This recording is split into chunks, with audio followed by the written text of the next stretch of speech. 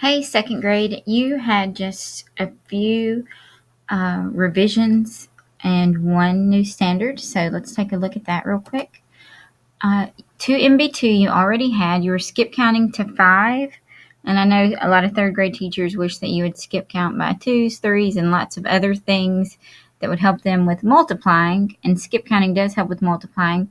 But they did revise the standard to help with place value also. So when skip counting by 5, you can start at any number ending in 5 or 0. So that is one thing, and you're staying within 1,000. But also skip count by tens and hundreds. And with tens and hundreds, you can start at any number. So you can start at 36 and then do 46, 56, 66, 76, and so on. And the same thing with the hundreds. And what you're wanting the students to look for is that change in the tens place and the hundreds place to build more of a place value foundation with this standard. Now, if they master that and you want to go on and skip count by, 3s, 4s, 6s, whatever is going to help with third grade multiplication, if you want to work on that at the end of the year, then that's perfectly fine. But let's make sure they master this standard first. Okay. The next thing you have is 2MBT5, and this just adds some emphasis on fluently, because if they are not fluent at adding and subtracting within 100 at the end of second grade, then that's going to hold back the work that third grade is doing. So any way that we can put some more emphasis on this, I know we don't have more time in the classroom, but if maybe we could do some flashcards when they are in line for the bathroom or the cafeteria, or send home extra fluency practice with your newsletter and focus on this standard.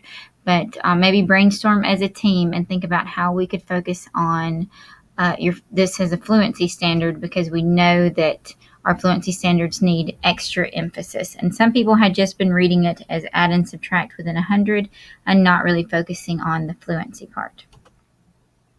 Your 2MD8 already existed, but they had to add an A to it because this up here changed.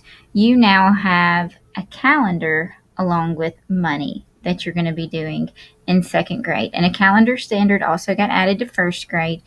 So 2MD8 you already had, it just now has an A on it, and the new is 2MD8B.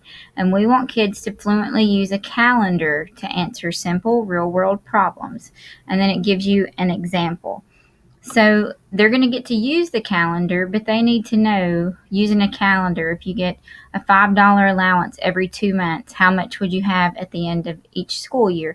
And start to answer questions using that calendar, because we need a checkpoint at first and second grade somewhere along the line so that we know they're good at using a calendar. They understand weeks, months, because at third grade they'll be asked word problem questions involving a calendar, such as if you get to feed a puppy 2 days a week for 2 weeks, how many times did the puppy get fed? And they're expected to be pretty fluent in understanding a calendar, but we did not have checkpoints along the way with calendars, so those have been added in.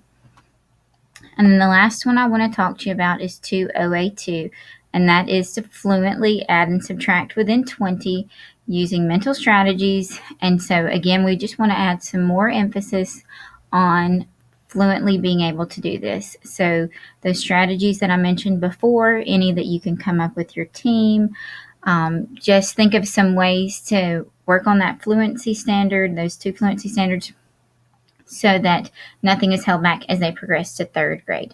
I hope you have a wonderful year, and I'm here if you need me. And thank you for taking time to listen.